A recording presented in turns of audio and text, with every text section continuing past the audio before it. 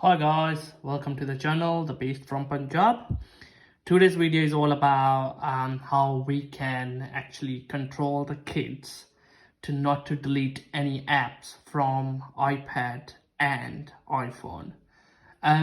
What happens is most of the time when you give your iPad or iPhone to the kids, what they do is they just start deleting the apps, or they just start downloading the apps, or maybe they just start purchasing within the apps, which cost us a lot. Sometimes we can lose our data as well. Often these kind of things happens, but in this video is all about how we can actually save our apps and how we can actually help to control the kids to not to delete any apps or download any apps or buy any in purchase within the app, right? So to do that, it's a simple step. However, if you have an iPad, then you can follow these settings, the one I'm going to show you. If you have an iPhone, the settings will be slightly different. However, I think the names are the same, so you can find it easily. Okay. The first thing you got to do is you just gotta go to the settings. As soon as you go to the settings, then you just gotta go to the screen time. Once you go to the screen time, you're gonna click on the screen. Turn on screen time, and once you go into that, it will ask you to continue. Just continue. It will ask you, is it your iPad or is it for the child, or this is for my kid, so which is why I'm just going to select this is for my child. They're asking for the downtime means when the kids you don't want to use the iPad.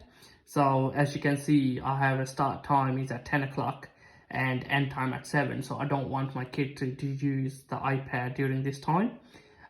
So basically at night, really, I don't want the kid to use any iPad, and they should be sleeping or just doing some activity, so they're gonna get tired. However, this is the time I have selected. You can change the time as you prefer, but yeah, this is what I prefer. Then once I've done that, then now they're asking for app limits, all apps, social, games, whatever you want to control, right? I'm not controlling any of those at the moment because he can play, he's not that old, but it's entirely up to you, whichever you want to control. I'm saying no. Then they're saying content and privacy, we're gonna say continue, but you can set the password. I will select 111 and now this option comes, that's really optional. You can cancel that. Okay. It will say skip, so as you can see that it's skipped, but if you want to use that, you can still use it. Now this page will comes up. Okay, once this one comes up, and now I will show you how it's going to restrict the apps to not be deleted. Okay, to do that, you gotta go to this content and privacy restrictions. Okay, as soon as you go into that, you can see there's so many different options available, okay, which we can actually stop the kids to do. But on this one, first you're going to turn this one on. Okay, to turn it on, because you set it up the password, so click that. Once the password is set up, then the second option you got to do is the iTunes and App Store purchases. Okay, once you click on that, now you have options here to what to control.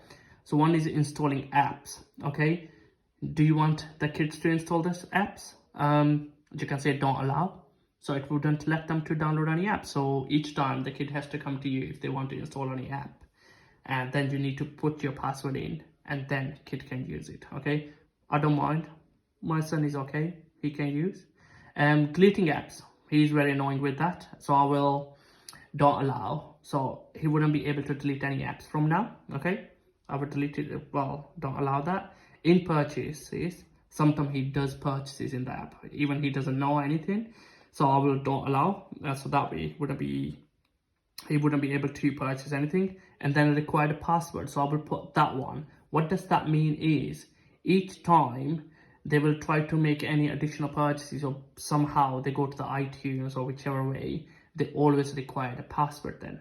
Okay, so they eventually they're going to come to you to ask a password. Okay, this is what you can do, always required.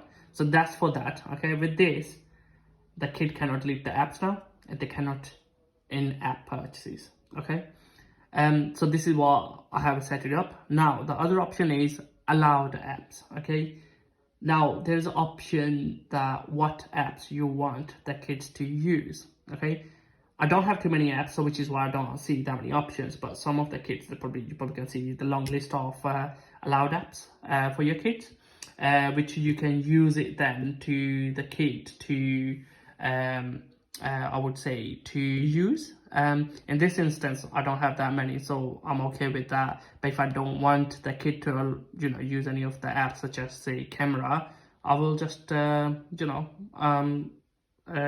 switch it off from the button. So turn it off really. That way the kid wouldn't be able to use the camera, but I will leave it on because he likes to take the selfies, which I really like sometimes. So that's that. Then content restrictions. In this one, you can actually restrict the content your kid shouldn't be using, or you don't want the kid to use. And this one, apps, whichever 4+ or whichever, you can download those apps. And then the books, TV shows, whichever movies, I will put the PG, parents and guardians. Shows I'll put as a PG. I don't want my kid to watch anything stupid really. So yeah, there's like options available really, whatever you want the kid to allow to do it or not to. Even you can control the multiplayer games as well. If there's one game the kid is playing, that's fine. Multiplayer, you don't know what kind of people they are playing the games with. So yeah, you can block that as well. Adding friends, it's entirely up to you.